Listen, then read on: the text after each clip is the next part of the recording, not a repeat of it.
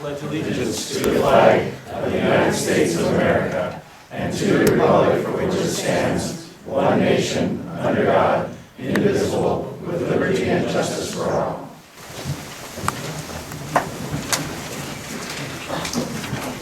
At least it's not a hostile crowd.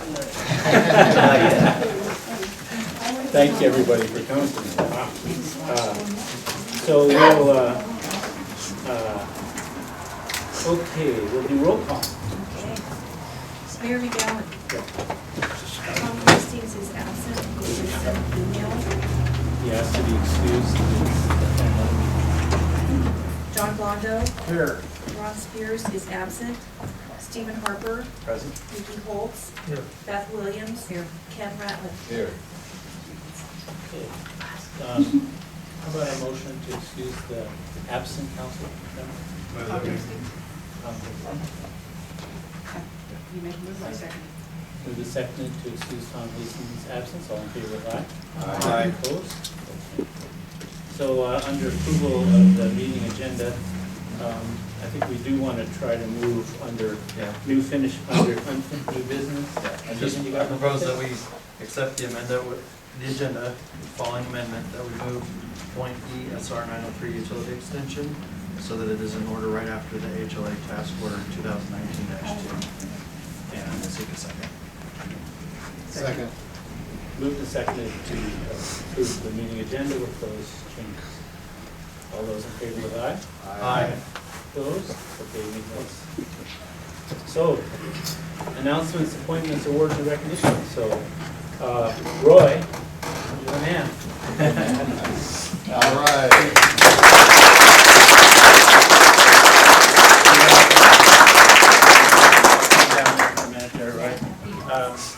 We got, a little bit of, money for you.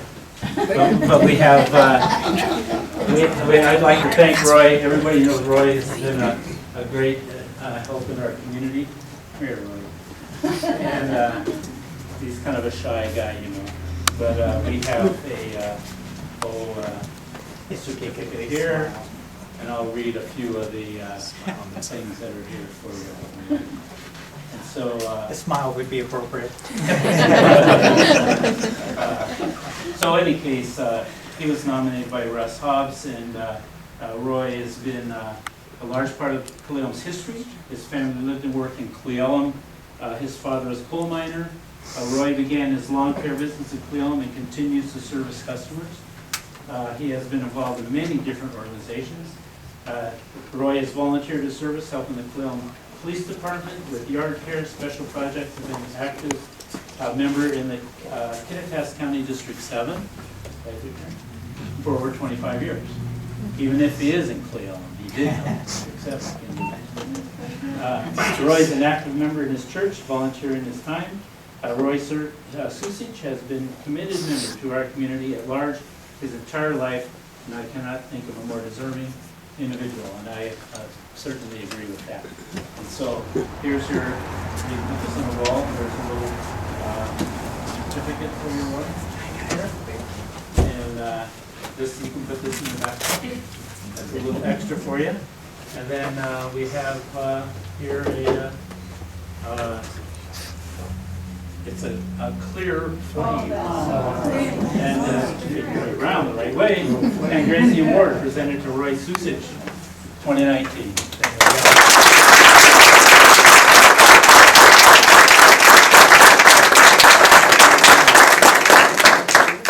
We have to thank our Mike there. You should know your name by now. Thanks.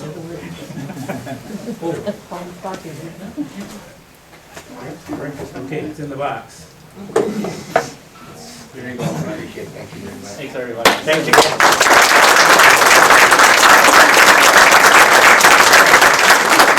Thank all of you, because I would have done it any other way. Anyway, I love you all.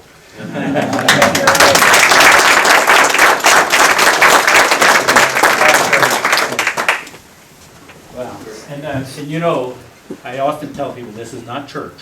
You can get up and leave anytime you want.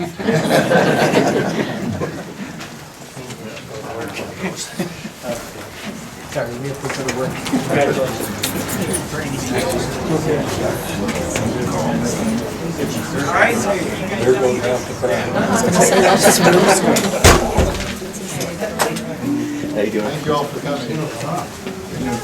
Thank you, Roy. And I'm gonna have to get up front here. We're gonna swear in our police chief. Oh, I was.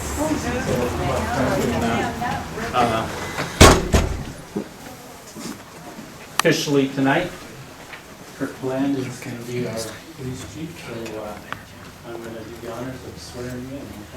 Okay, I'll take these off so I can read them. So repeat after me. I, Norman Kirk Bland, affirm that I possess all the qualifications I, Norman Kirk Bland, affirm I possess all the qualifications prescribed in the Cle Elum Municipal Code prescribed in the Cle Elum Municipal Code for the position of Chief of Police. for the position of Chief of Police. I will support the Constitution of the United States I shall support the Constitution of the United States and the Constitution and laws of the State of Washington, and the Constitution and laws in the state of Washington, and the laws and ordinance of the City of Cle Elum, and the laws and ordinance of the city of Cle Elum, and that I would bear truth, faith, and allegiance to the same, and I shall bear truth, faith, and allegiance to the same, it's a tough one, and defend them against enemies, foreign and domestic, and defend them against enemies, foreign and domestic, and that I will faithfully and impartially discharge the duties of a police officer. and I will faithfully and impartially discharge the duties of a police officer, And that I will faithfully conduct myself as Chief of Police of the Cle Elum Police Department. and that I will faithfully conduct myself as Chief of Police of the Cle Elum Police Department, To the best of my abilities, so help me God. to the best of my ability, so help me God. Congratulations. Thank you.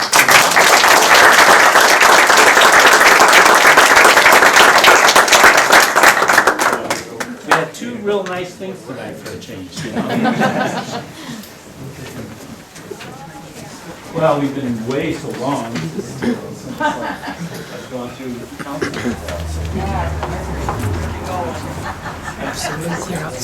Hey, guys, thank you very much. Appreciate it, thank you.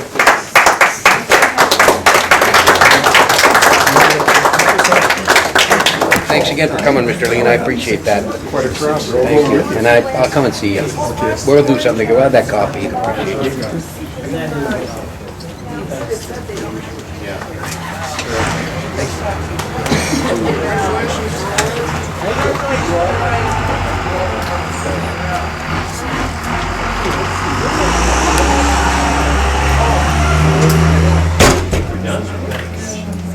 Planning Commission, I know. This is another one. I'm looking for, well, I guess I could have, oh no, that comes next. There is, okay, so on the Planning Commission,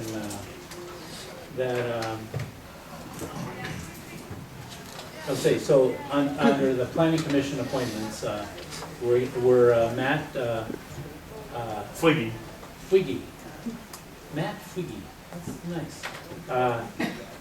Will assume the regular commission seat vacated by Devin Smith. And then we're also going to appoint Stephen Malik as the citizen alternative to the Planning Commission.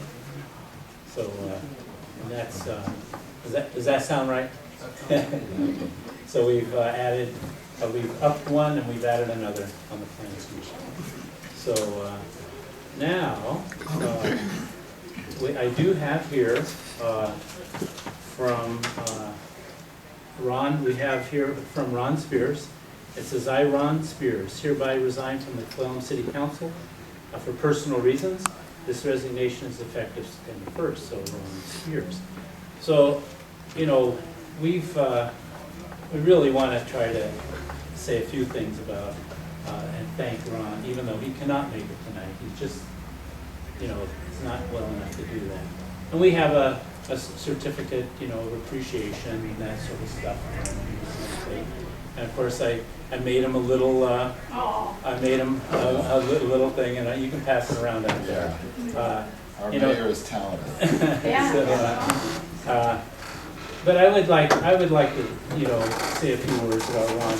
If you think about the fact, go ahead and pass it on there. If you think about a person that could stay on this council for 15 years and get elected every 2 years, that's no mean feat. You know, that takes a lot of devotion, you know, to the city. And I can't thank him enough. Maybe he'll be able to see it on television or something like that. And, he's been a, you know, benefit to the city for sure. And I don't know if anyone else would like to say a few words about Ron or not. But and we will have these things delivered to Ron via Patsy. We'll take it to him and be sure and take that, Patsy. Don't let them run off with his medal. So I made him a little medal. It says the city of Cle Elum, you know, Ron Spears councilman, and 2004 to 2019, and that's 15 years. 15 years, you know, that takes some time.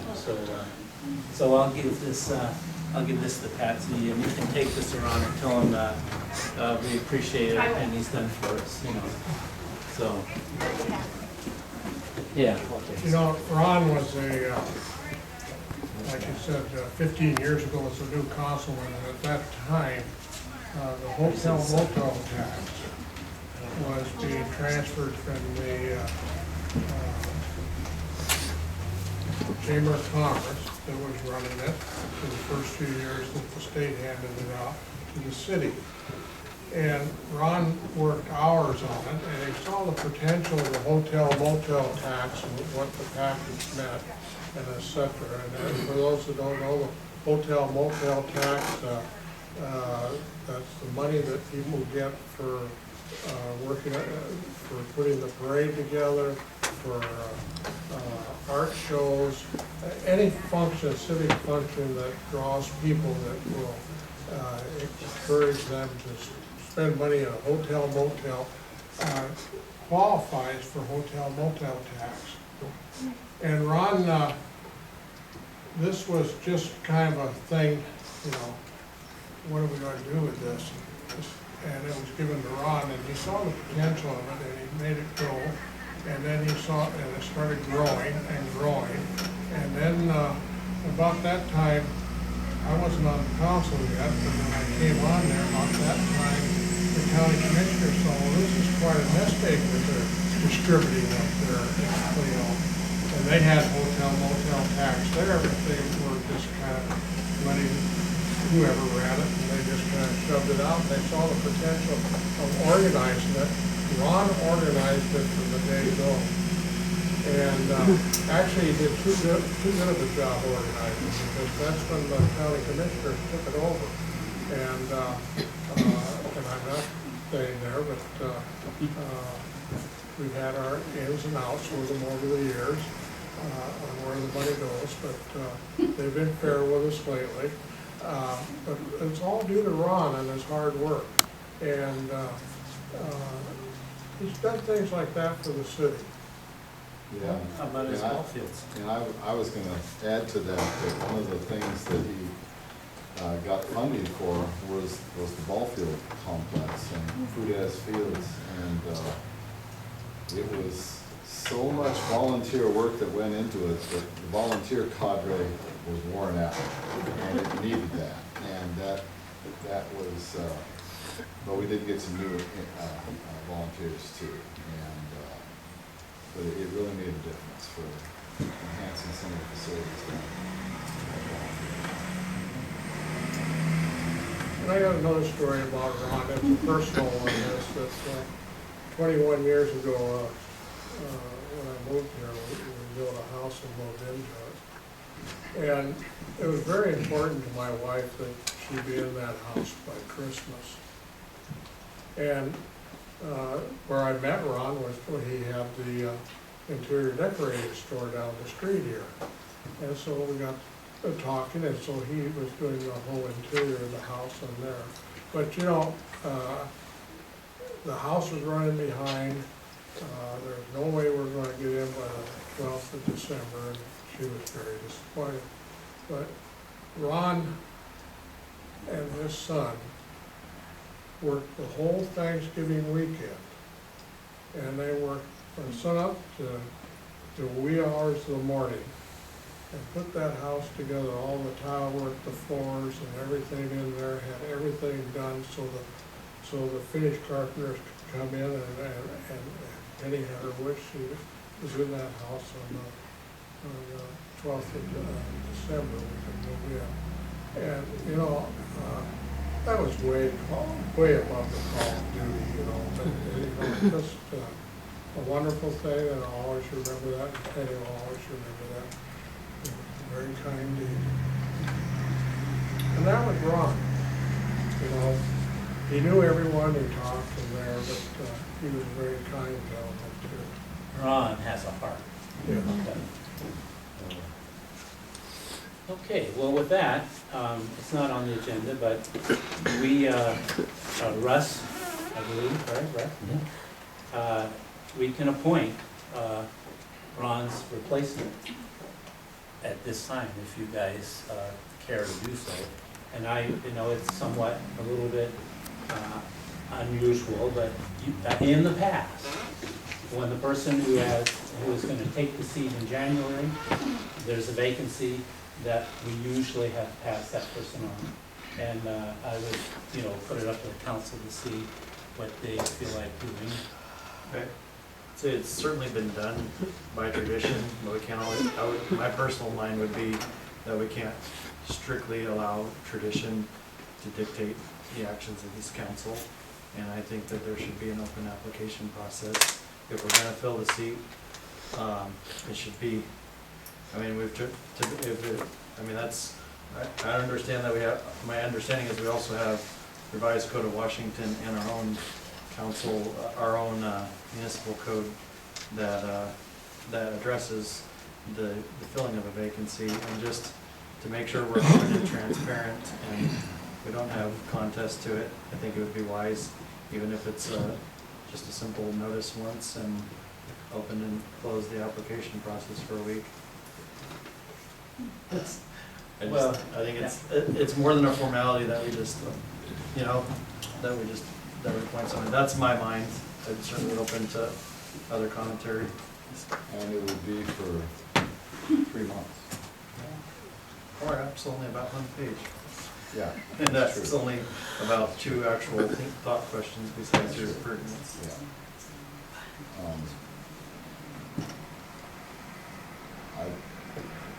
I'd be willing to wait. I think it would be good to fill the position before it happens. As far as the process, we have no incumbent and an unopposed candidate. He's gonna get the seat in January. Right, I don't see right. why we would, I hate to disagree with it, but it is a council decision, I'll admit. Right. But he is gonna take the seat in January. And my reasoning were that, were it not a so we each as council people serve as councilmen at large. I represent all the citizens of Cle Elum, not a district. If it was a district thing, it'd be a issue, and I wouldn't even bring this up, but because each council person represents the city at large and is a voice of the citizens at large, that's why my rationale. If this was over a district, then yeah, nobody else is running in that area, he should assume his responsibilities, or he or she. But because there are, I guess a way of looking at it is, it's just simply that it's not because it's at large. There could be multiple people even for a short amount of time. We have several positions that are on the ballot unopposed, but they're still on the ballot for. Yep, still on the ballot, they're unopposed. I make a motion we fill it tonight, right now, with the candidate that is unopposed on the ballot. That's my motion. I'm concerned, it's probably minor, but administrative costs to open it up to public. Well, let's have a second, see this. I second Ken's motion. We have that discussion. Mainly on the fact that, Russ, you were the only one that applied to run for the position, right? if there were other people that were interested, they would have. Oh, if it was a contested position, that would be a different story. Right. Definitely. He's a running different story. uncontested. Yeah. There wasn't a big bunch of people knocking down the door to try to apply for the position, and I think we work better when we have more members, because we have a greater kind of a sphere of thoughts and ideas. Right. I guess my rationale, I'm not against filling the spot, and I'm not against filling it with haste. But that is one perspective. One person ran for that position, but they could have just as easily run for the other position that's also open at the same time. Or if we had 4 seats that were open, so do we just simply appoint whoever was running for that seat? Or do we consider That's that my they're, motion. right, but what I'm saying is, I'm asking the question out loud, do we simply appoint the person who happened to pick that seat versus that seat, or any of the seats that were open, or do we consider the people that are running uncontested? Do we say, well, he's more of it, do we balance it as he happened to choose that spot over another spot, and somebody else happened to choose another spot? And so that's what I'm saying is, that's why I'm seeking the application process, because you have other candidates that could just as well look at it and say, you know, I ran unopposed, why am I not being appointed to that seat? I'm just saying in the interest of transparency and fairness. And again, I don't know the motivation, I don't know that other people are seeking that spot. You may open up an app process and get one app from, that person. I just, in the interest of, One reason I'm doing that is I don't want to get someone else in there for 3 months. It's a foregone conclusion, who's going to be there in January. that's a So valid argument. that's why. Well, Yeah, go ahead. and the other person who's in the what's going to be the open position is also on our planning commission. I'd like to keep him there for 3 months. Okay, Yeah. so there's a That's my motion opinion. to seat Russ tonight. That he seconded? I seconded it. Russ, your last name? Weaver. Weaver, I should know that, Russ, I'm sorry. So all those in favor with aye? Oh, I, Opposed, or I was going to abstain abstain? Okay. from the vote, but you typically announce that before we. Oh, yeah, okay. You call the sorry. question. All right, Yes. those opposed? Okay, so Kathy, we'll have you swear in Russ Weaver. I only swear in police chiefs, that only happens once a century,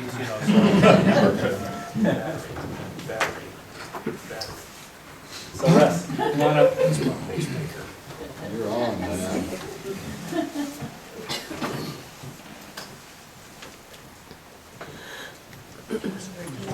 Please, I, Rustin Weaver, do, go I- ahead. I, Rustin Weaver, Do affirm that I am a citizen of the United States of America do affirm that I am a citizen of the United States of America and the state of Washington, and the state of Washington, that I am legally qualified to assume the office of Council Position 7, and am legally qualified to assume the office of Council Position 7, City of Cle Elum, City of Cle Elum. that I will support the Constitution I will support the Constitution and laws of the United States and laws of the United States and the state of Washington, and the state of Washington. and that I will faithfully, diligently, and impartially I will faithfully, diligently, and impartially perform the duties of this office, perform the duties of this office, as such duties are prescribed by law, as such duties are prescribed by law, to the best of my judgment, skill, and ability. to the best of my judgment, skill, and ability.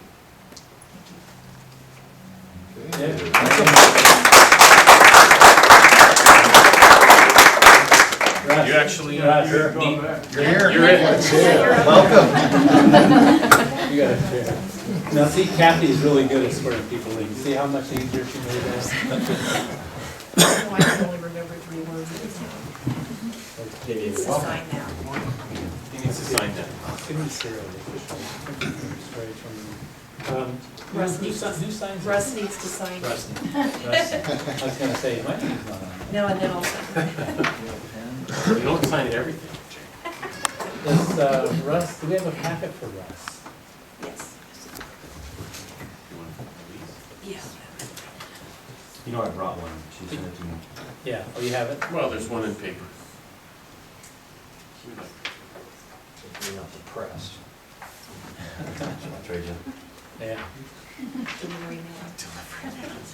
Another position for. Yeah, another half. Okay. Stephen, I understand, and what your ideas are. We're good, welcome. But the more people we have here helping us decide things, representing cities, the sooner the better. So, welcome aboard. Thank you, Jim. Yeah. Okay. The only other thing that I should mention is that we'll remind you guys, but on December 7th, 2019, there's an AWC elected officials essentials, and we'll figure out where probably the best place for this one is going to be in Yakima. But I intend on going, and we're going to see if we can't get the 2 new council positions and anybody else. It's for new council people, it's for old council people to go there and refresh themselves on what the essentials of an elected official are. And so we'll give you that information. It is on a Saturday, but that's the same. Maybe feel free. So, and really, I encourage everyone to go. Let's fill a van. Huh? Let's fill a van. Let's fill it in. Oh, the trouble is, we have to be careful. We have all the council in on the, we have quorum, so. We attended a meeting, but we couldn't travel. Caravan. So I wanted to mention that, and we'll give you guys some, reminders on that. But it says even people who've done it before should go, and so I'm gonna go, so I can learn what I'm supposed to be doing. Okay, so we're down to the consent agenda. Do I have a motion to accept the consent agenda? I move that we accept the consent agenda. Second? Moved and seconded to accept the consent agenda.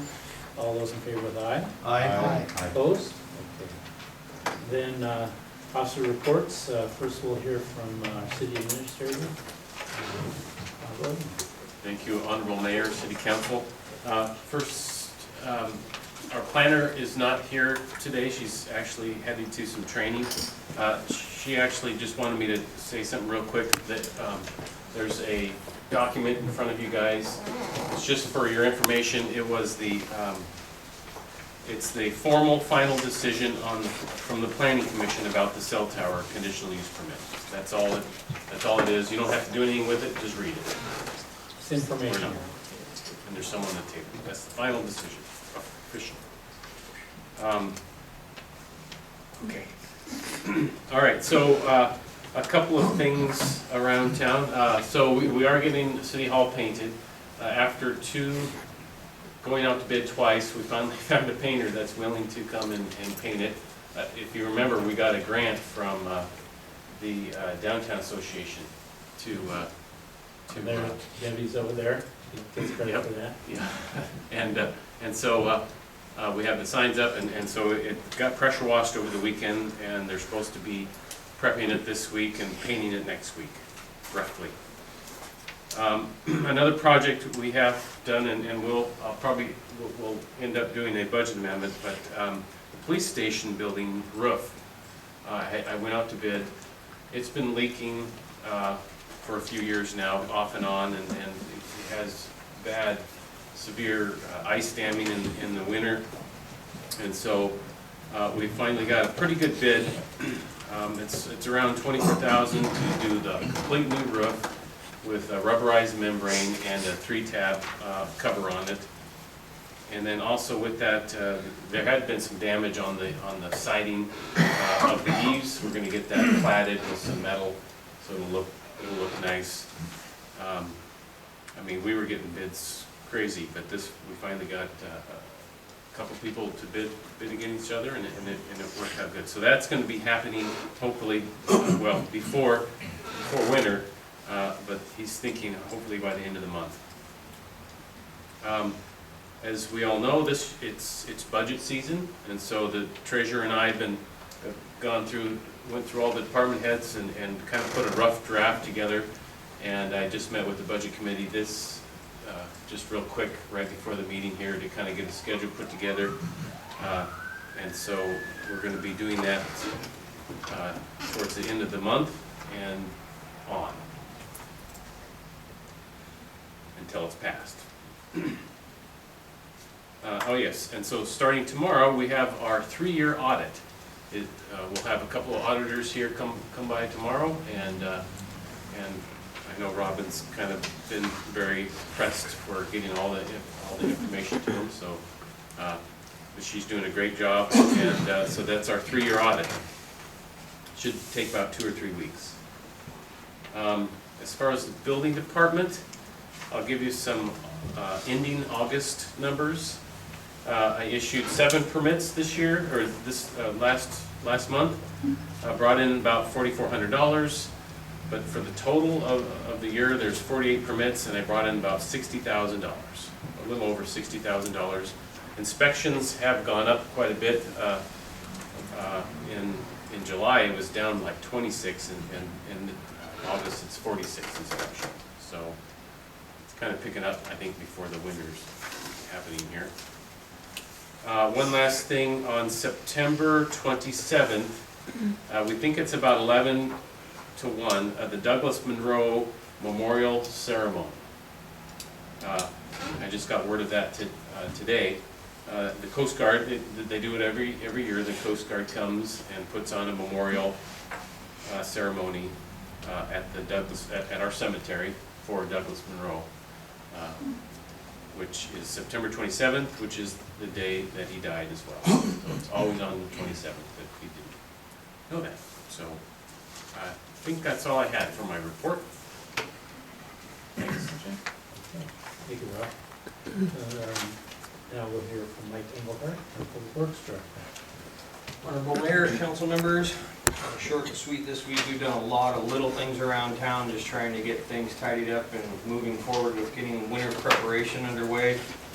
The crew's been cleaning catch basins, continuing to inspect some of the sewer lines. We've had quite an eye-opener with that. Eric has been down at the shop. He's getting all the equipment.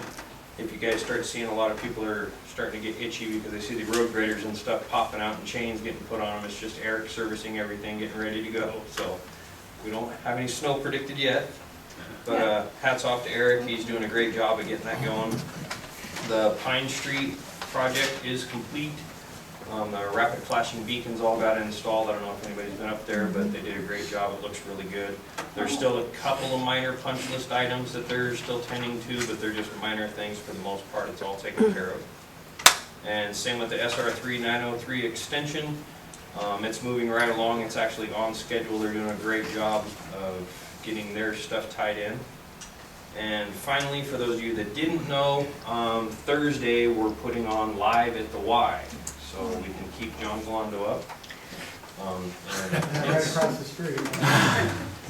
The stage got moved into place today. We got to get it leveled up, but the rains kind of put a break on all of this preparation.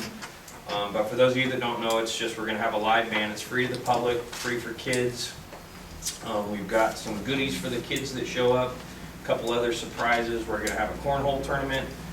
Everybody's welcome to join us, and it is free for everyone to come. So we've gotten some great donations. Once I get the tally from everyone, next meeting I'll publicly announce who made the donations and how we got to where we are and the success of it. And it's something we're hoping to learn from this year, figure out all the bugs we need to work out, and get it ready for next summer. And next summer actually do it every other Thursday, do Live at the Y, and keep it a community event to have public involvement and bring people to Cle Elum to have some fun. That's all I got. What time was it? Oh, sorry, it is 5 to 9. Bring your picnic basket and your cooler and kick back, listen to some tunes, and enjoy your family time. Thank you, Mike. It's not too late for you, is it? No, I'll be good. Well, that's then the public goes home and then I'm home. Yeah. Okay, next we'll hear from our police chief, Kirk.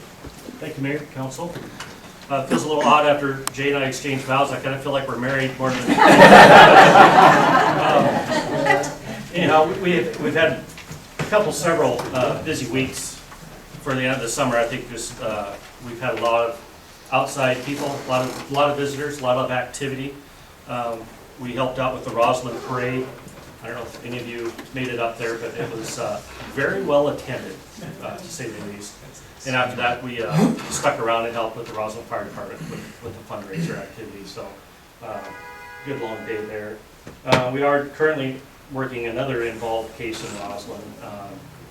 That's an ongoing investigation. So I'm just forewarning you, our hours are going to be higher in Roslyn than normal for the next little bit. But other than that, our calls, we're up to over 3,100 calls so far this year. So, and it's just September, so Yeah. our calls to service have got up significantly. Well, they want to keep you busy, they know we have a new chief. Yeah. So once they have nothing to do. Yeah. Thank you, Kirk. Thank you. Yeah. Okay, William Lou from Veolia. Right? Fire chief? Fire chief, oh, I always skip the fire. Okay, All right, the fire chief can go first. Honorable Mayor, City I just Council. bump you up once, you know. The month of August, we had 48 calls, 7 being fire, 41 EMS. We actually provided mutual aid with our tender down in Ellensburg. We had a small brush fire at City Dump. Mike showed up and we actually spread it out with a loader. It worked very nice having the city there. And then we had a fully involved truck fire up on 6th Hill. So brush 511 is just about complete, so we'll be getting that out of the shop here soon. And then I've got 4 people on our waiting list. I hope to put them on our probationary roll tomorrow night after our meeting. So I've been working with a new gal. She's got a couple of young sons. So we're entertaining the idea of hopefully looking into starting a junior firefighter program.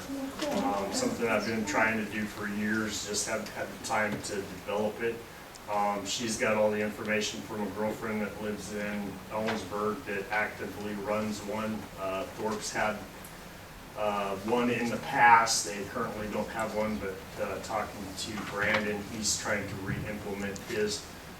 So we sat through some conference calls with the insurance, and we're pursuing that, so we're looking into it. Kind of excited about that. And then still putting in hours trying to finish up the 10-year strategic plan. So, any questions? So I got, do you think that your oversight committee, were they gonna come here tonight? He was, and I've called him, and I haven't gotten a reply. How much you wanna I bet? think They he's thinking that it was at 7. Yeah. Yes. So Oh, no. we do have Ken, who is a member of the oversight committee. Yeah, sure. Well, let's just sort of stall for a Okay, while. well, yeah. We'll dally away, but we'll give them till 7. We can move it to the end, too. Huh? Yeah, we can, well, that's all right, I just was checking Right. with our, I was thinking the same thing. okay, all right, no, that's the only question I have. Okay. Yeah, thanks. Okay, now we can hear from William. I guess I was anxious to hear what you had to say. What's happening? I think Friday. Thank you, Honorable Mayor, members of the council, members of our viewing audience. In the packets are our usual graphs for you. Nothing real startling in there. A couple of numbers. For the water plant, we produced 62.7 million gallons for the month of August. We ran a total of 607 hours, which equates out to 19.5 hours per day. The wastewater plant treated 31.5 million gallons of sewage for the month. As the same as with Mike, we're prepping for winter already. Just got one of those feelings in the bones that he's going to come early for us this year. That makes it a little bit tougher for me because I'm down one operator currently. We had an individual leave to seek greener pastures, and so we are currently advertising and interviewing, and I hope to have a decision here made in the next week or two. Our flow meter is in stock, and it is up at the water plant. I'm just waiting for an opportunity for the plant to slow down to be able to shut everything down and get in there and get that replaced. So if it were to fail at this point, at least we have a quick fix for it. Councilmember Weaver, welcome. I would like to extend to you, as well to all council members, the opportunity to come through the water and wastewater plants for a tour. I'd be happy to show you around everything that's there and answer any questions that you may have on a one-to-one nature. I'd be happy to answer any questions that council has for me tonight. Flow meter. You have one that's on it, getting ready to go out. You mentioned it before. I think. The raw meter on the Yakima source is Okay, raw meter. pretty bad shape. Yeah, right. Okay.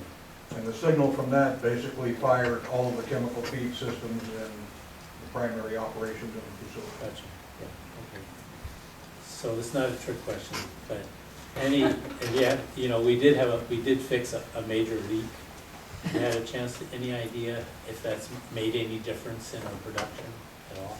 You know, with how much water, it's too early to tell? Or? Well, we lost over 200,000 gallons of water, I believe it was, in 45 minutes.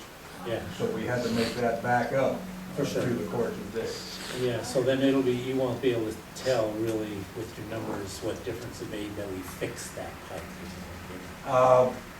Not till we get really into next year to see what's going on and Yeah, okay. Yeah, try to compare apples to apples. Yeah, right, there you go, okay. That's a lot of water in a little bit of time. A very big hole. Well, it's kind of fun, right? The weather was good, it was not bad, was it? No. It was, No, it was A little early, but other than that, very good. Good time of year. Yeah. All right, well, if you don't have any more questions, thank you for that. Thank you. Oh, Mayor, the Yeah. fire chief had one other Oh. item. Good for you. The burn ban, so I have had a couple citizens calling here to start their burn barbecuers again and small recreational fires. So Friday night at midnight, we'll be following the Thursday county. night at midnight. So, what's that? It's Thursday night at midnight, the county. Okay, well, we're following the county, so we'll be lifting the burn ban with the county, so, we'll be honoring that. Thursday night, so Mike, you could have a little barbecue. 1 minute past midnight, Friday. My partner in None crime of is there's volunteer. Well, I was talking to Ed, and he said that you do bird barrels if you have your water truck there. Right? Yeah, there might be very Okay. That sounds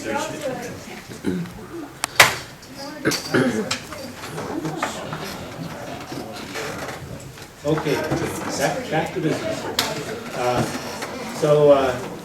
Here we are now at citizen comments on non-agenda items. Is there anyone here that wishes to address the council?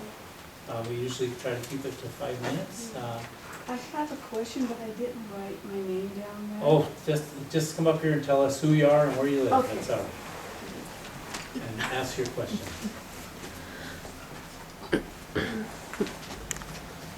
My name is Lynn, and I live on Third Street. And I don't even know if this is a good place to ask, but I was wondering about the Howard Carding Park, or the little area there, if that was going to be worked on before winter. Maybe you're talking to the right person. I am or not? No, you are talking to the right person because we are working on it. And Okay. it's just a matter of, we're still somewhat mobilizing, but you'll be seeing wood go up here in another week or two. Okay, well, that's good. Okay, thank you. Yeah. Well, you come to the right place. Any others that wish to address the council?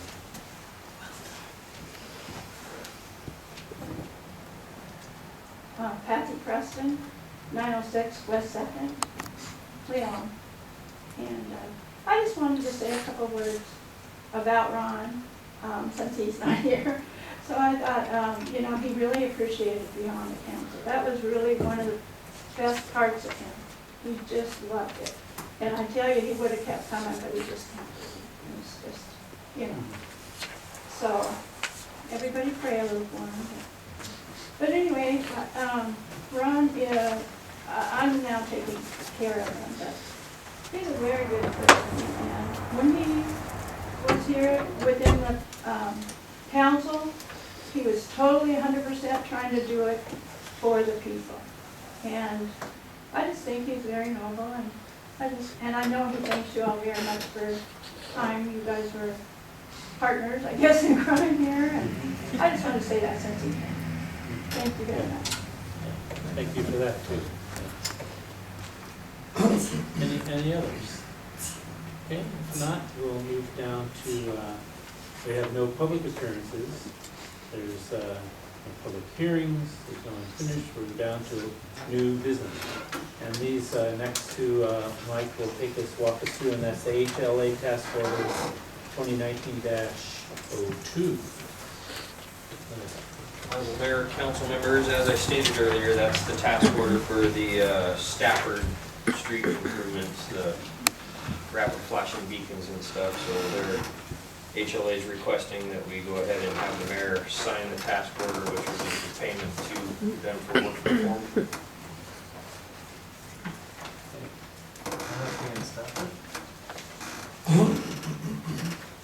Yeah. The Pine Street. What was the question? Stafford. Yeah. Oh, I'm sorry. I'm in the wrong world all of a sudden.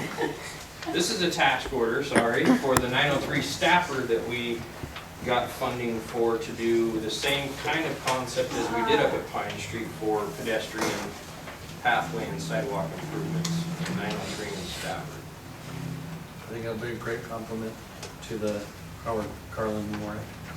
Yes. Yeah, make it real easy for people that get back and forth there. Because sometimes it's not. Well, the thing with that intersection is so broad Yeah. that just to try to get across it, it's, I know it's somewhat unrelated. There seems to be a semi illegally parked right on that corner all the time.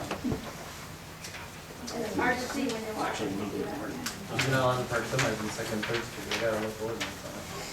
Yeah, that's my understanding. This is the engineering. This is the engineering order that we did get a grant for. Well, anyways, it's exciting to hear about the task order. Yes. Right, so, this is a task order. So this isn't Pine Street, This is 903 and Stafford. design for the bottom of the hill. Correct. Right, this is for the design. And the money is from, WashDOT was 90% or 98, 99% of it. We have an $18,000 match that we contributed to. Washed out safe routes.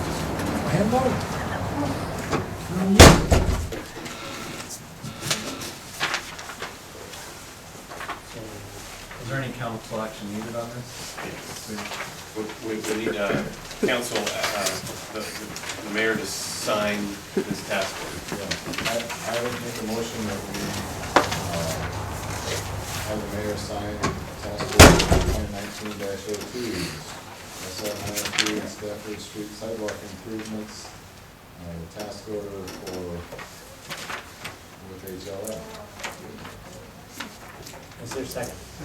Who seconded to authorize the mayor to sign task order number 2019-02? Questions on the motion?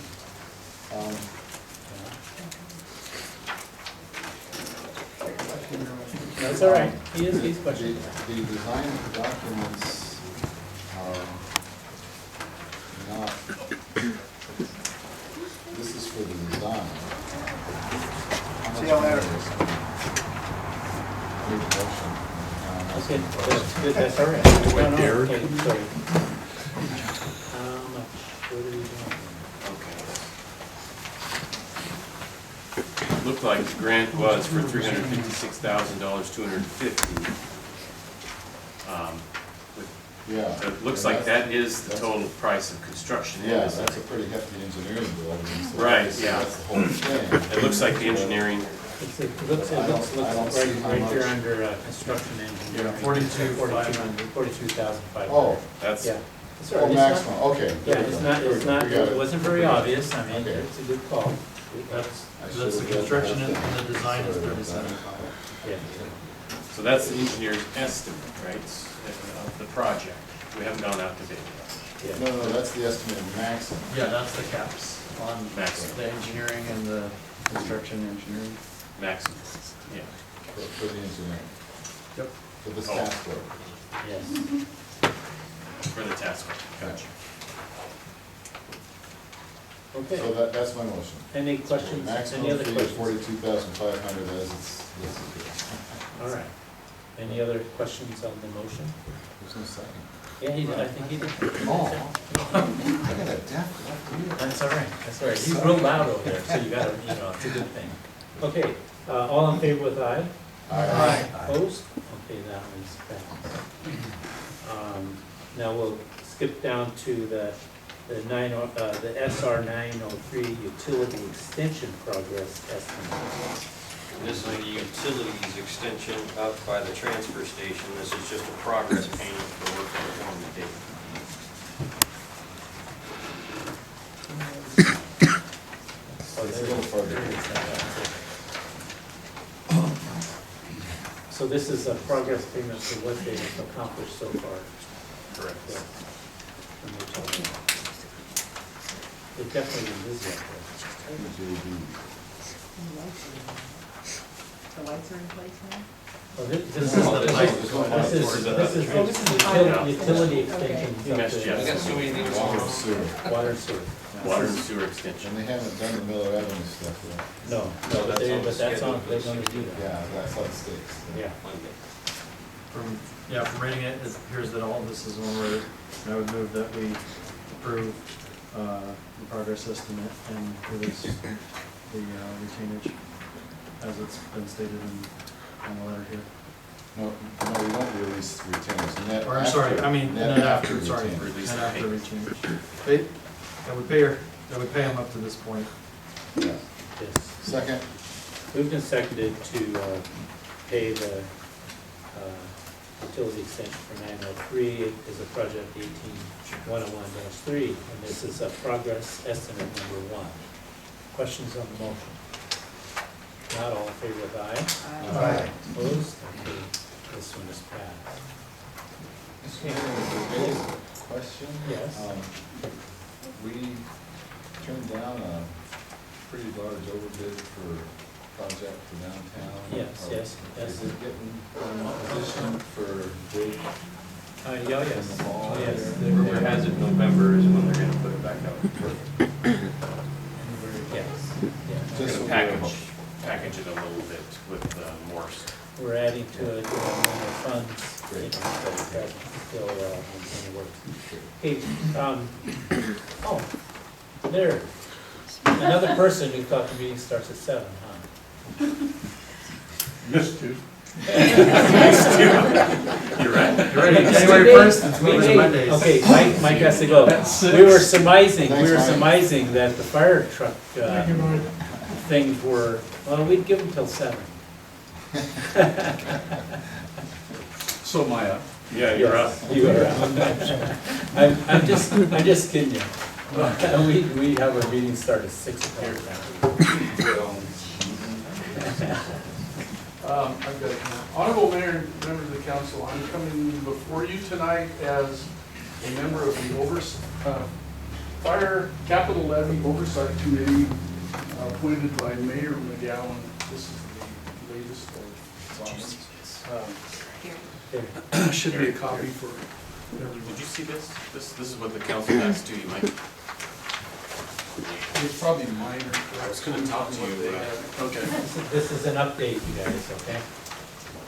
Numbers are probably still pretty close. Oh, I see, so you, So, actually, in reading the ordinance, Honorable Mayor, I'm supposed to report to you on a regular basis, so This is regular. this is number 1. So, Who wants you to mention who the rest of your committee is? yes, so the committee that was appointed is Councilman Ratliff and Fred Benjamin. Fred is not available tonight, and we've met multiple times over the last couple of years with Chief Mills. And before I start, I would really like to let you folks know that he's doing a really good job of running the department and energizing and very carefully extending the funds that are allotted. So as we go through this, what I'm going to ask you tonight, I'm going to bring you up to speed on that levy, and I'll just go down the cover sheet. I think it's verified on the back. Rob, I hope it's really close on the outside. So I met with Robin last week and had some questions, and she provided me with the sheet that you have below you, which I think is pretty close to what you got tonight. So number one, it appears as though the anticipated 2020 operating budget, which is general or current fund, I don't know, we called it current, but general fund dollars, is anticipated next year to be $74,235, and that'll be important in a bit. So based on the expenditures in 2019 and the expenditures of the fire department for the remainder of the year, the levy balance is expected to be, for this year, $114,070. The 2019 levy is based on an assessed value of this city at about $347 million, which is higher than what we anticipated when the levy went into effect. So the levy this year will generate about $174,173 by the end of the year. So oddly enough, the levy balance at the end of last year was also $173,000. And that one threw me, I couldn't make that work. So adding the expected balance at the end of this year to the balance at 2018, the estimated balance that will be in the city's funds at the end of this year is $287,136. The pumper reserve funds, which I talked to Robin about, were estimated to be at the end of 2019, $86,313. So, harkening back to number one, when we talked number 7, it appears to Robin there are plans for the fire department to expend $65,000 of levy funds in 2020. And those are capital expenditures for hose turnouts, oxygen tanks, training, and whatever else it's got going. Is that correct, Ed? Yes. We're online, thank you. So that means that the levy next year would provide about $110,000 additional next year. So when you add all of the funds available that we just went through, at the end of 2020, Robin's estimate is that there will be about $483,000 available for purchase of a Class A pumper. And why is this important? Chief Mills has a fire department that has 2 antiquated engines, one that will not currently meet the required pump, one that does, and it's fairly urgent to replace the one that does not. Chief, I never get the years right. What years are they? 87 and 80. It's an 88 and a 97. So we got one that's 22 years and one that's 32 years. The 32-year-old one will not meet pump tests, and then after 20 years, you lose all of your points for the rating bureau. And so that's important for me as a citizen, the city in general, because that can play into your fire insurance ratings for the city. If we can't certify pumpers, the insurance companies will not smile upon us. So, understanding the 2020 funds will not actually be completely under the control of the city until the tax collections next October, November, December. So all we've really got until that time is that $287,000 figure. And the $86,000 that is currently in the reserve, which totals $373,000. Chief Mills' estimate of a new pumper is going to be in the $500,000 range, give or take. And that's one of my requests tonight, is to allow Rob, Chief Mills, whoever, to advertise for bids for a pumper truck so that we can get a handle on that. Advertising does not necessarily mean accepting. In any case, If the city chooses to go forward with the pumper, even after 2020, there's a shortfall. And the question is, how do we make that up? Is that an interim financing, interfund loan, cash on hand? You folks know your budget better than I, but if you were to purchase one for the fire department, you would have currently, what, let's say 373,000, be 130,000 or more as a shortfall that needs to be made up. And there's short-term financing, lots of ways to do that. Kim, we talked about some of those. So, that is where the situation is as stands. I would ask that you allow the advertisement for bids so that they can be reviewed, and your body would know it's approaching budget time and understand. Addition to that, the Oversight Committee, I think Chief Mills, agrees that this levy is due to expire at the end of next year. And that does not solve the second pumper and some of the shortfall issues. And Chief Mills is working with us to develop a strategic plan that looks out 1, 5, and 10 years.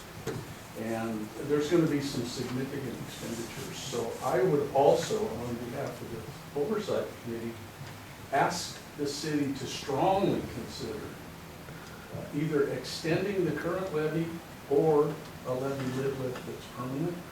That would be up to you. But extending the levy at what will probably be nearly $200,000 a year for 6 years is $1 million, $1.25 million. That will bring the fire department up to pretty good standard. Please nod, don't shake.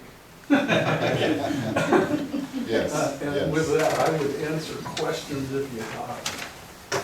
So, it sounds to me like what we would probably like to do is to front the money for the purchase for that they're gonna be short. If they got a truck now, it'll be just, and we would get those revenues back to the levy next year. Yeah, we know what you have. Yep. We don't know what you need. And that's what the bid will tell us. Go ahead. But we have an idea. I think it would be a good idea to know what dollar figure we're Okay, for sure. Now, Yes. the bid would give us that dollar. Yes. Do we have to make a motion that we go out, publish that we're? Well, I think it's good to talk a little more before we make a motion. Okay. Because we talked about it in the budget committee meeting too. And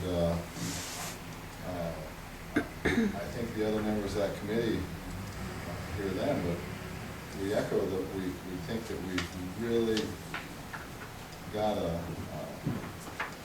good accountability for what the levy has been used for. It's been used very responsibly, and because of it, we're in a position where we can do this and not put the city in jeopardy. It's no loan. No, yeah, right, no. Because we can self-finance, essentially, is what we're talking about. Interfund loan, something like that. Significant of the first levy was the purchase of a rescue truck, partly with truck reserves that have been paid back by that levy, which made the pumper fund full. But here I go, but oxygen tanks, turnouts, training. But a big factor that should be explained with more words than I have is how this affects our homeowner insurance rates. Because it does. And if we don't make progress to get an up-to-date truck, everybody's insurance is going to pop up. So I'll turn that over to Stephen. He can explain I better. think we can do some simple napkin math on that, is say it only raised everybody's rates $100 a year. Okay, 1,000 residences, not even counting the businesses, it costs our citizens collectively $100,000. That's just a rough guess. So if over 10 years, it costs costs the city $1 million. That's basically half the amount of the levy. So, I mean, we're not even, and they're not, they're not asking to take money out of the general fund that they don't have concrete plans. It's not like, I mean, it's guaranteed. The levy is not a negotiable thing. It will come in. And so it's not an unreasonable ask, but say they didn't get a pumper truck, then we stay with an uncertified, with no certified engines for our city. Our fire rating stays in the trash, and it doesn't respond right away. So we immediately get certified. It still takes time, my understanding, before insurance goes one way or another. So the best way is to get our highest rating that we can get, and one of the ways is having a certified truck. And set aside that firemen need to have good equipment because they're volunteering their time. They need to have something that's going to save their lives and the lives of people. So financially, it's the right thing to do because it's going to cost less than our insurance rates all individually going up. It's the moral thing to do because it protects us as citizens and our firemen. It's not like, well, we hope the money comes in. It's guaranteed income that's already proven itself over the years. And unless like all our property values plummet, which we don't see that happening in the next 12 months. Everybody just got their tax assessments. I don't think that's happening soon. So yeah, so it's a good time to do it. One consideration, to be fair, is that it does lower the amount of our carryover. And so the carryover, which is typically high, is going to be lower this year, but we got a lot of 10-year projects done. We got, back trucks, we got a camera truck, we got turnouts, hopefully we'll have a fire engine secured by the end of the year. So we did a lot of 10-year things in this year that won't have to be done next year or the year after. And again, we're not depleting up, it's not a guess. We know where the money is going to go right there to pay it. So rather than going out to USDA, I mean, if they give us 4%, 4% is worse than zero. It's always better to borrow from your own savings. Piggy bank. Yeah, piggy bank. Yeah, and at the current 50 cents per thousand, which is what this levy is collecting, it costs me about $170 a year. So if I lose 100, or it costs me $100 more, we're talking $70 at my house. That's $70 well spent, as far as in addition. John? Yeah, and I'm not a member of the committee or anything. I've worked with Gary quite a bit in the past, and I think he would echo what I'm about to say, is that when you have old equipment like we have, that no matter how much babying you do or how much TLC you give that piece of equipment as it ages, at some point it's going to fail. It's not reliable. Yeah, and if it fails when somebody's house is on fire, then people are going to be out a lot more than $170 worth of this.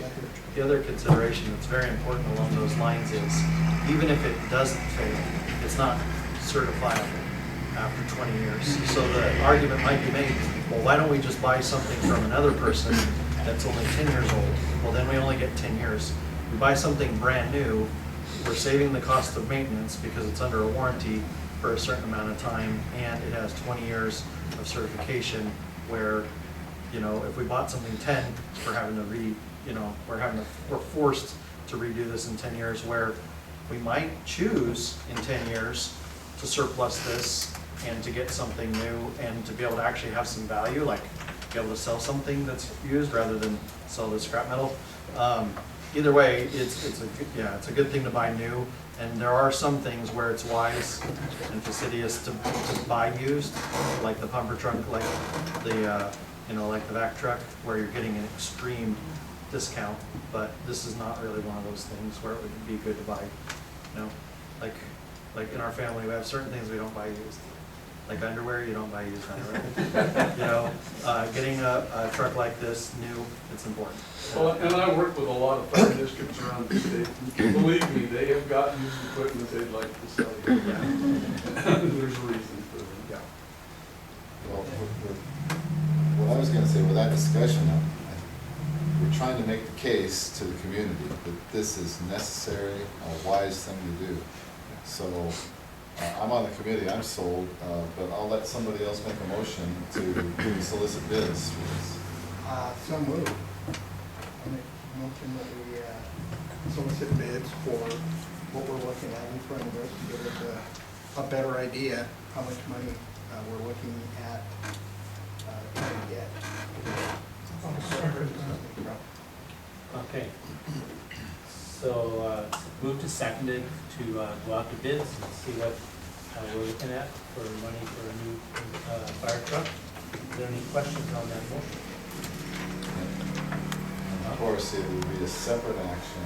Well, you know, this Pull the is just. trigger and buy it. Yeah, this is just the But- start the But process. this to, is a definite commitment the council Yes, is seen as important for our community. you bet. Okay, all those in favor with aye?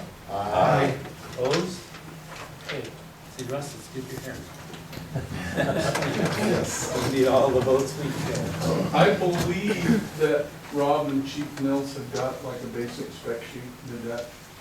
It's a generic, full cycle advertisement for bids, so I think they're set to go. And with that, Chief Mills, it's all yours. All right.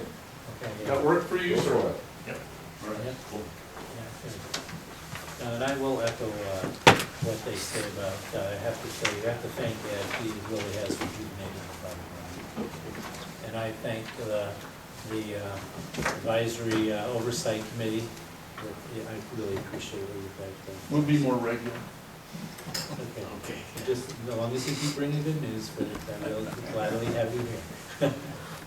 Okay, business licensing service agreement, and then there's all these things underneath here. Rob, why don't you walk us through it? Yeah, I can walk you through here. Really, the staff report says it all. If you want to go over the first thing, it's, if you remember, in 2017, the voters voted this business. So now the state, which one is it? We'll go live in January. January 20th, where the state will take over our business license. And to do that, we have a whole bunch of, we have an agreement first with the state. And then also what our clerk did is send over to the Department of Revenue our code on business licenses. They went through the code and have recommended, you know, these five items be changed. So that's kind of a nutshell on CND. Do you have questions? So what it's gonna mean is that in the future, as of January 20th, when you wanna get a business license, you gotta go online to the state, give them their information, and they'll use our rates, whatever, and they'll issue you the business license for the city. They're gonna handle all the business license. And the agreement that he has here is that we're gonna do this business licensing service with the state. We could go with a private company that would do it. But our treasurer and everybody says it's just simpler for us to scope this thing. So that's what the first agreement is about.